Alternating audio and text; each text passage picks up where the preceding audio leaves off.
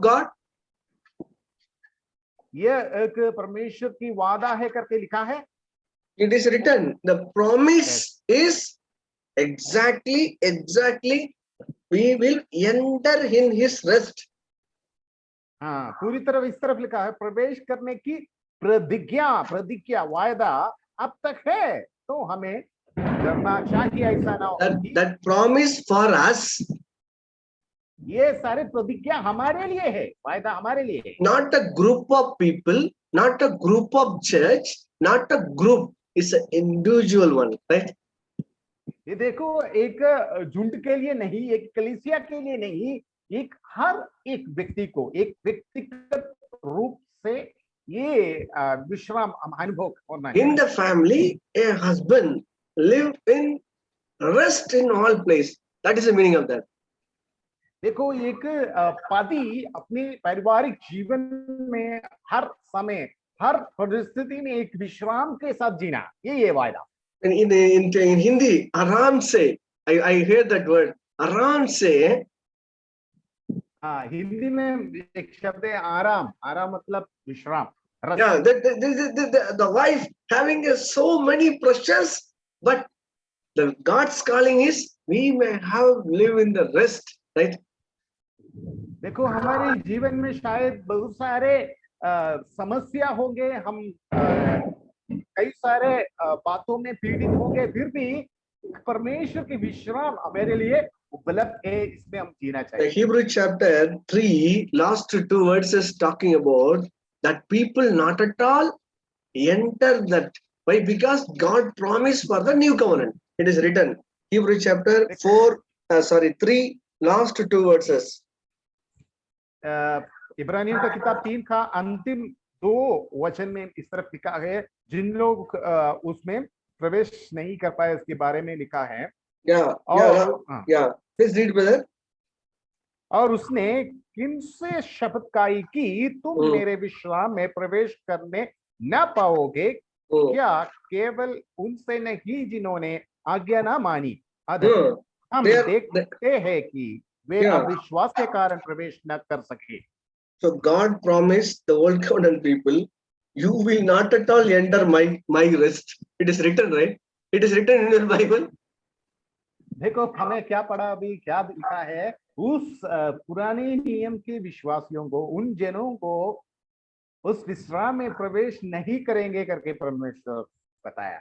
Here is written. Why? Because they not at all believe that range. But our calling is, Hebrew chapter 4:1 says, this is a promise for you, brother. This is for promise for you, sister. We need to enter the rest life 24/7. 7 days in a week, 12 months in a year. We need to be enjoy this life. देखो, उन जनों को उन दिनों में इस विश्राम में प्रवेश नहीं कर पाया, मगर हमारे लिए ये एक वायदा है, ये एक प्रतिज्ञा है परमेश्वर की तरफ से. हम हर दिन हफ्ते के 7 दिन 24 घंटे और साल के 365 दिन हम एक विश्राम के साथ हम जीना परमेश्वर चाहते हैं. What is new covenant? New covenant lead a person to the rest of God. देखो, नई वाचा क्या है? नई वाचा यही है कि एक व्यक्ति को परमेश्वर की उस विश्राम में लेके आना, वही है नई वाचा. See how we need to enjoy this. Hear the voice of God. Hear the voice of God. It is written, Matthew chapter 28. हम कैसे इस विश्राम में प्रवेश कर पाएंगे? मत्ती की किताब 28 chapter 11. Matthew chapter 11:28. माफ कीजिए, 11 का 28 में लिखा है, 11:28. We are very familiar this word, but this word is talking about the way to get the rest in our life. देखो, मत्ती की किताब 11 का 28 में हम एक विश्राम की जीवन में प्रवेश करने के लिए एक चारा हमारे लिए दिया है. Here is the cry of the author of a new covenant. There is a cry and the call and calling all the people. Read that. What is the calling? Here is the calling of a new covenant author. देखो मत्ती के किताब 11:28 में क्या लिखा है, उधर एक परमेश्वर की बुलाहट के बारे में उधर हम देखते हैं। क्या बुलाहट है? हे सब परिश्रम करने वालों और बोझ से दबे हुए Come लोग, to me, I will give you the rest. Hallelujah. क्या इधर लिखा है? हालेलुया। क्या लिखा है? मेरे पास आओ, मैं तुम्हें विश्राम दूंगा करके एक वायदा हम इधर पढ़ते हैं। Who works so hard beneath a heavy yoke. देखो आप बहुत कठिन परिश्रम कर रहे हैं, एक बहुत बड़े बोझ, एक भारी बोझ आपके ऊपर है। So I want to divide the two content of this word. The second content will be discussed on next week. Today I want to show the one content of this real meaning of this word. देखो इस वचन की एक भाग, पहले भाग को हम आज मनन करेंगे, उसकी दूसरी भाग के बारे में अगले हफ्ते मैं बात करूंगा। Jesus never called you to give a home or a 1 acre land or a Mercedes-Benz car. Please understand, dear brother. देखो यीशु मसीह कहीं किसी को एक खेत बाड़ी देंगे करके नहीं वायदा किया, एक घर देंगे करके नहीं वादा किया। Jesus calling the people, heavy burdened person, he called and give the rest. This is a new covenant, right? देखो बहुत बड़े बोझ से दबे हुए लोगों को यीशु मसीह बुला रहे हैं और वायदा कर रहे हैं, उनसे वायदा दे रहे हैं कि मैं आपको विश्राम दूंगा। I tell you, many times we misinterpret or misunderstand. This is talking about a sinful burden life. We may thinking like this. देखो कई बार लोगों को ये गलत तरीके से समझते हैं, गलत तरीके से प्रचार करते हैं, एक बोझ से दबे हुए करके हम इसके बारे में सोचते हैं, एक पाप जिंदगी का एक बोझ, उससे दबे हुए लोग, ऐसे करके हम सोचते हैं। This word is not talking about a sinful burden. देखो इस वचन एक पाप से भारी पड़ा हुआ एक जीवन के बारे में नहीं बता रहे। Because துன்மார்க்கனுக்கு சமாதானம் இல்லை. The person's evil means he doesn't have a peace, confirm. देखो एक व्यक्ति पापमय जीवन बिता रहे थे तो उनको कभी विश्राम नहीं है, उनको कहीं शांति नहीं मिलेगा, वो तो पक्का है। Why? Because I was a person doing many sins up to the age of 19. I never take it a burden doing the sinning. I enjoy the sinning. That means it is not talking about that. Please understand my interpretation. देखो मैंने 19 साल तक ऐसा एक जीवन बिताया, एक पापमय जीवन बिताया, वो एक भार करके मैंने कभी सोचा नहीं, देखा नहीं। इस तरफ मेरा अनुभव ऐसा है, उसके बारे में मैं बता रहा हूँ। पाप में जीने वालों को वो बोझ करके नहीं वो सोचेगा। I am asking the direct question to you. Are you falling on sin full burden? Do you think full burden or enjoying the things? Understand, brothers, this is not talking about a sinful burden. Nobody is taking sin as a burden. They are everybody enjoying. देखो जितने लोग पाप करते हैं, मैं आपको एक सवाल पूछना चाहते हैं, वो लोग एक बोझ के साथ वो पाप में गिर रहे हैं, पाप कर रहे हैं, या एक खुशी के साथ, आनंद के साथ वो पाप में वो जा रहे हैं? Please ask them, somebody is smoking. Have you taken a burden to take a cigarette and then you are smoking? That fellow, no, I am enjoying. I am enjoying, right? देखिए किसी से पूछे जो शराब पीते हैं या बीड़ी सिगरेट पीते हैं, आप एक बोझ के साथ कर रहे हैं या एंजॉय कर रहे हैं, वो बताएगा मैं पूरी तरह जीवन को मजा उड़ा रहे हैं, ऐसे करके बताएगा। Somebody is taking a liquor. When you ask her, do you have a heavy burden to take the bottle and you are drinking? Hey, I am enjoying it. I am flying on the sky. Huh? देखो किसी से ऐसे पूछे जो दारू पीते हैं और आप एक बोझ के साथ ये दारू पी रहे हैं? नहीं, बिल्कुल नहीं। मैं एक बहुत खुशी से आनंद मचा रहे हैं कि मैं उड़ रहे हैं आसमान में, ऐसे करके वो बताएगा। You may ask them who are doing the harlot lady or the adultery for the men. You ask them, do you feel any burden? Hey, what is a burden? Yeah, we all enjoying, right?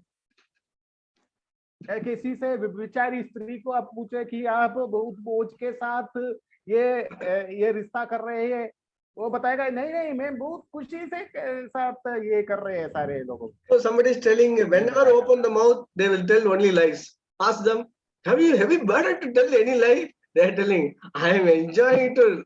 It is not talking about a sinful burden. That's the reason I explain all the things to you. देखो किसी लोग ऐसे बहुत झूठ बोलने वाले हैं, उनसे पूछे आप बहुत बोझ के साथ आप ये झूठ बोल रहे हैं, तो वो बताएगा मैं बिल्कुल फ्री हूँ, बहुत विश्राम के साथ में That सारे means, झूठ what बोलने is का the बताएगा। burden here is written? This is a burden of a orphan experience. It's a heavy burden देखो means, you understand? A orphan experience. देखो इधर वो बाप से दबे हुए एक बोझ के बारे में नहीं बता रहे, इधर जो बहुत सारे दुख समस्या में एक बोझ को, समस्या का एक बोझ को लेकर आने आने वालों I के बारे requested, में बता रहे। brothers, whenever you read the word of Jesus, please read the above and below. Please read that 11th chapter 27. It is talking about a great truth about our peaceful and restful life. It is written. देखो कहीं भी आप Bible को पढ़े, कृपया करके मेरा विनती है कि आप उसके ऊपर और नीचे को भी पढ़े, ताकि आप पूरी तरह समझने पाए। 27 It's को not भी हम पढ़ेंगे। 28 is the starting, brother. 27 is the starting. इस आयत का शुरुआत 27 से शुरू होते हैं। See, 27 is reading, it is telling like this: everything has been entrusted to me by my Father. Only the इधर Father knows the Son, and the Father is known by only by the Son, and by those to whom the Son reveals him. देखो इधर क्या लिखा है, 27 से ये शुरू हो रहे, मेरे पिता ने मुझे सब कुछ सौंपा है और Hmm. कोई पुत्र को नहीं जानता, Ah, केवल पिता, और कोई पिता को नहीं जानता, ah, केवल पुत्र और वह ah. जिस पर पुत्र उसे प्रकट करना चाहे। See, dear brother, in your life, ever you read this word, this is the most important word in the Bible. You know that? प्रिय भाई, आपने कहीं वायदा को, इस वचन को पढ़ा है? ये एक सबसे महत्वपूर्ण वचन है पूरे All, बाइबल में। all the people speaking about 28, 11, 28, 11, 28, 11, 28. Huh? Jesus is calling for the sinners, but it is starting 27. 27 says a different concept of that 28. देखो कई लोग, हर एक लोग मत्ती 11 के 28 के बारे में प्रचार करते हैं, बताते हैं, मगर 27 को कोई ध्यान इतना नहीं दे रहे। See, I tell you, again and again, I requested, please read this word. This is a word exactly like a very high pearl, very, very high pearl in the Bible. देखो एक बहुमूल्य, एक मोती की समान है वचन। 27 वचन आप बहुत ध्यान से पढ़े, मैं आपसे When we want to live, enter the rest, we need to understand one thing, all the things handing over to my Jesus by the Father. देखो जितने लोग एक विश्राम की जीवन बिताना चाहते हैं, ये बात को आप पूरी तरह अच्छी तरह समझना चाहिए। हर बात को पिता परमेश्वर ने यीशु मसीह की हाथों में सौंपा है। Everything handing over to by Father, He is having the whole authority. I will be in the rest only, right? देखो परमेश्वर को पास जितने अधिकार है सारे मसीह यीशु के हाथ में सौंप रहे हैं वो। See, here, इतने this अधिकार। people, many of the people mistakenly use this word. Matthew chapter 28.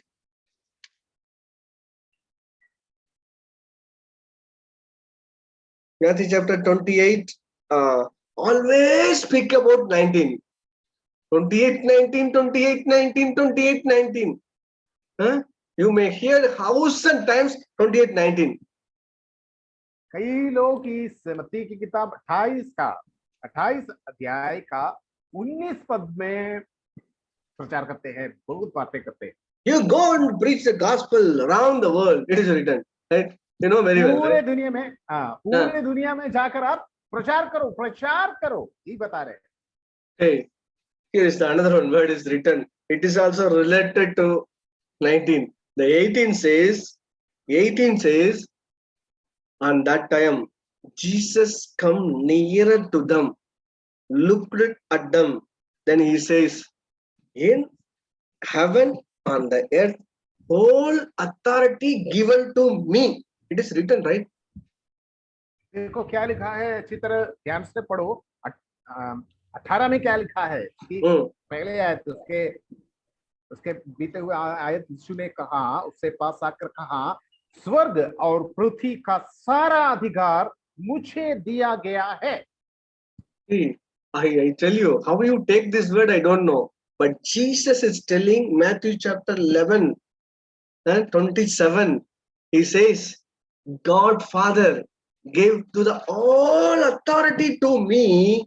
Here is written, Jesus come nearer to a man or a disciple or a minister of God or a gospel worker or a sister, whoever may be. Jesus come nearer to them and not asked to go up and preach the gospel. Before that, you understand, I have authority, heaven and earth.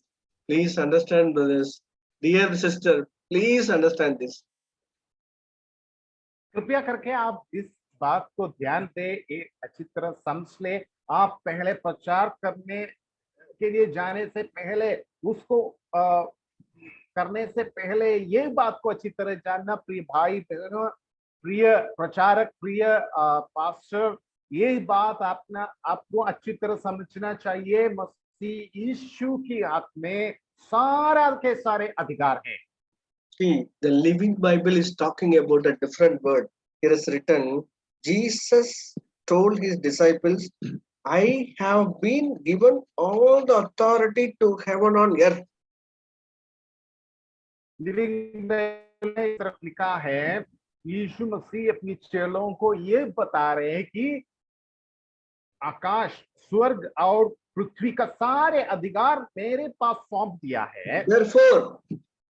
Therefore, इसी कारण first enter the rest. पहले आप विश्राम में प्रवेश करो। Why? Because he is having all authority, right? And we need to understand this. क्यों हमें विश्राम करना है?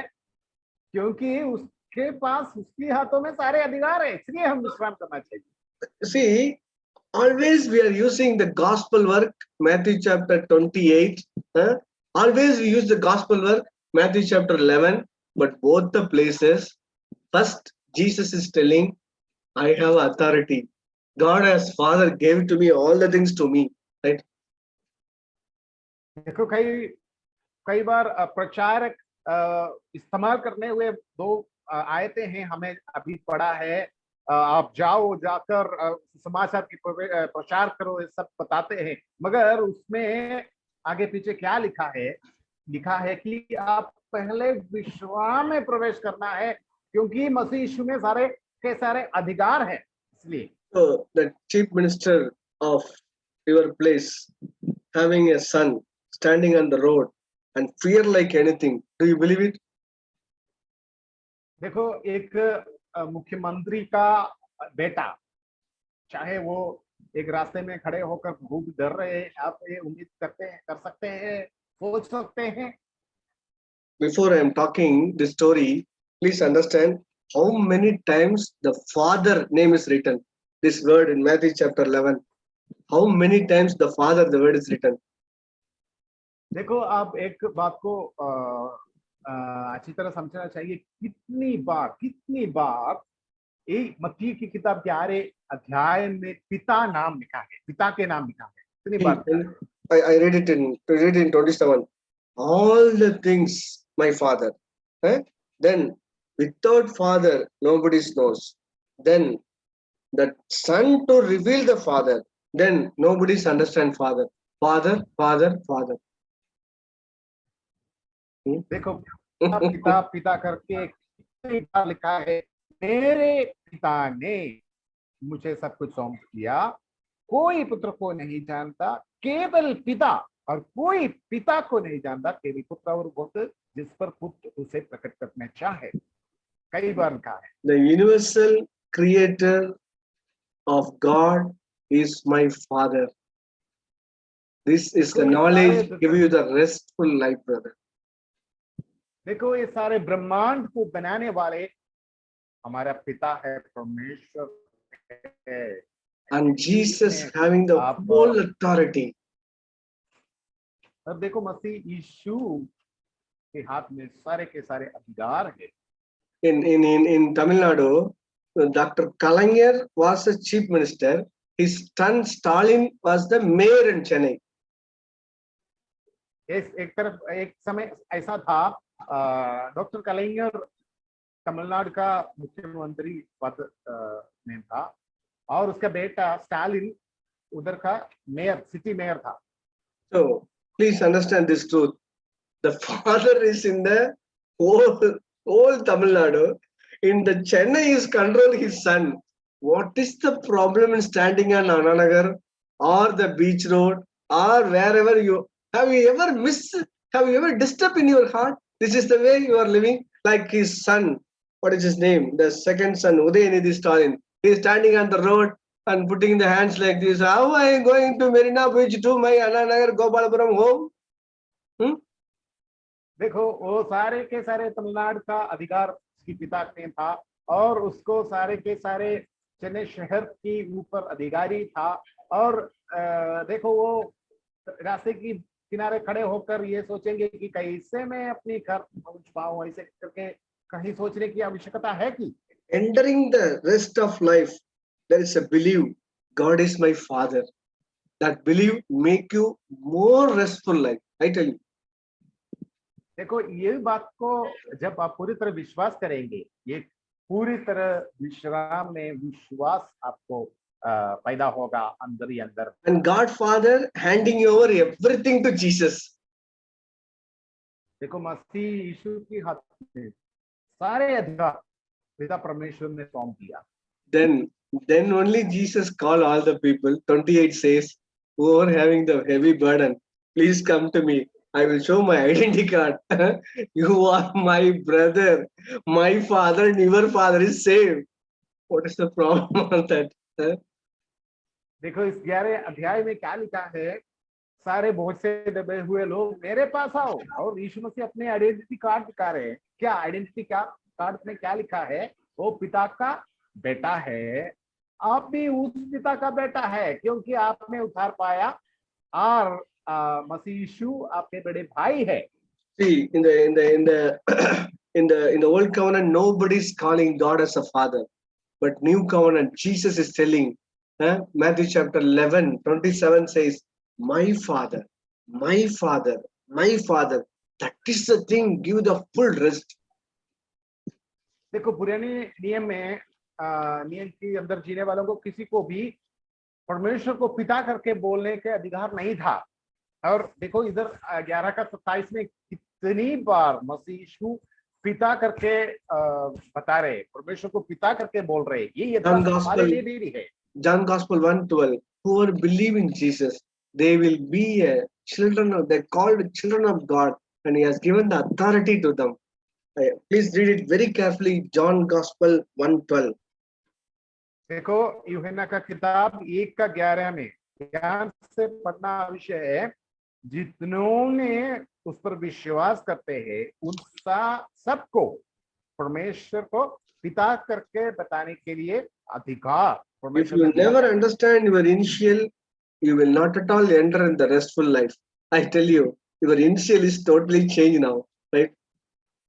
देखो आपका इनिशियल जब चेंज होता है, आपका जो नए जन्म पाए हैं उसके बारे में अच्छी तरह आपको पता है, तो आपका पूरी मनसा पूरी जीवन So बदल one जाएगा। part of entering this restful life, we need to believe God is my Father, and Father handing over everything to Jesus. This is the thing will change the life. I tell you. देखो इस बात को आप पूरी तरह समझने पाए तो आपका जीवन पूरी तरह बदल जाएगा कि You know, one message you will not believe. I want to speak the same thing 100 times. I tell you, you are the children of God. It is written. John Gospel 1:12, right? देखो यूहन्ना 1:11 में क्या लिखा है, आप पिता का, उसी पिता का बच्चे हैं। आप भी उस परमेश्वर को पिता करके बोल सकते हैं। यूहन्ना 1:11 में लिखा है, परंतु जितनों ने उसे ग्रहण किया उसने उन्हें परमेश्वर की संतान होने का अधिकार दिया। और जब इस अधिकार को आप समझने पाएंगे, प्रभु यीशु मसीह जो वादा किया हुआ उस विश्राम में प्रवेश करेंगे, क्योंकि मसीह यीशु में सारे के सारे अधिकार है। वो आपको उस विश्राम देना चाहते हैं। Gave the right to become children of God. देखो परमेश्वर सर्वशक्तिमान परमेश्वर का बच्चे या संतान कहलाने के अधिकार आपको दिया है। Your father owned the sun. Your father owned the moon. Your father, the creator of the universe. Your father knowing everything. Your father so powerful. Your father, I don't know, 100 times I want to say this. My problem comes. I want to say like this. My father knows everything. Hallelujah. The creator of the universe, my father. देखो मेरा पिता कौन है? इस सारे ब्रह्मांड को बनाने वाला है मेरा पिता। मेरा पिता ने सूरज को बनाया, चांद को बनाया, हर चीज को बनाया। इतना सर्वशक्तिमान, सर्वज्ञानी, सर्वशक्तिमान परमेश्वर है मेरा पिता ने कहता है।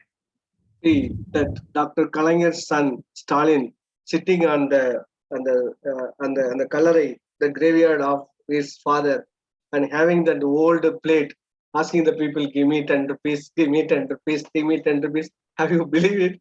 If you met like this, what is your answer? What do you want to say to that Stalin? Tell me. देखो आप शायद आप देख सकते हैं कि स्टालिन, वो उनका पिता डॉक्टर कलिंगर का बेटा है। यदि वो पिता का डेथ हुआ, उसके बाद वो कंकाल के साथ वो लेके भिक्षा मांगते हैं किसी से, यही आप सोच सकते हैं क्या? Want to say only one word, dear Stalin sir. Your father is a very big person. Don't put to shame on your father's name. Please go and enjoy whatever the things he earned so many years. Stalin sir, don't put your father on shame.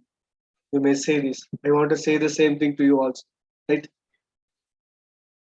देखो आप ऐसे इस तरफ देखें तो शायद देखें तो आप क्या बताएंगे?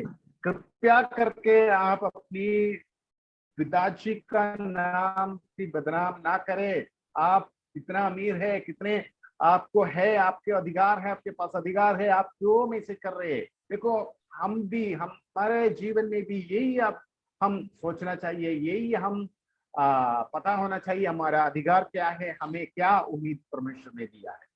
The promise is entering on the rest. Number one, God is our Father, and Father handing over everything to Jesus. We have on Jesus. We are the children of God. These things make your life more restful.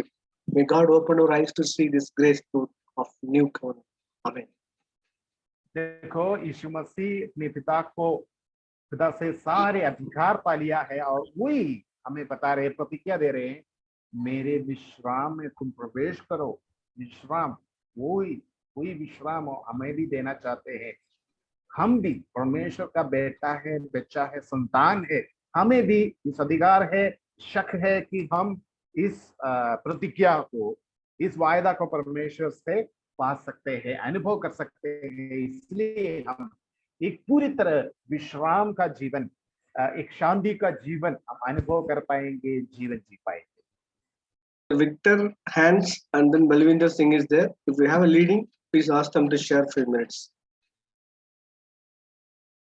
हमारे पास जो जुड़े हुए भाई लोगों को विनती है, आपको भी आपने कुछ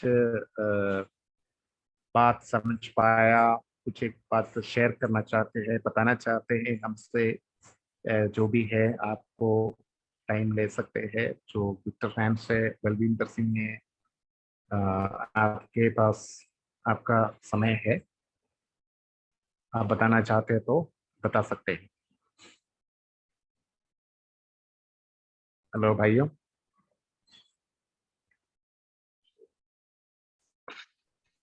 हमें बहुत अच्छा एक प्रचार आज सुना है। हम कई बार कुछ एक वचन को ध्यान देते हैं, मगर उसके आगे पीछे क्या लिखा है हमने देखा नहीं, देखते नहीं, इतना ध्यान नहीं देते। यीशु मसीह के पास सारे के सारे अधिकार है। जब भी उन्होंने अपने शिष्य को, अपने चेलों को बताया कि आप कुछ करना है, जाना है, तो उसका सारे के सारे अधिकार, सारे के सारे जो भी वो रास्ते के लिए हमें चाहिए, वो प्रबंध करता है।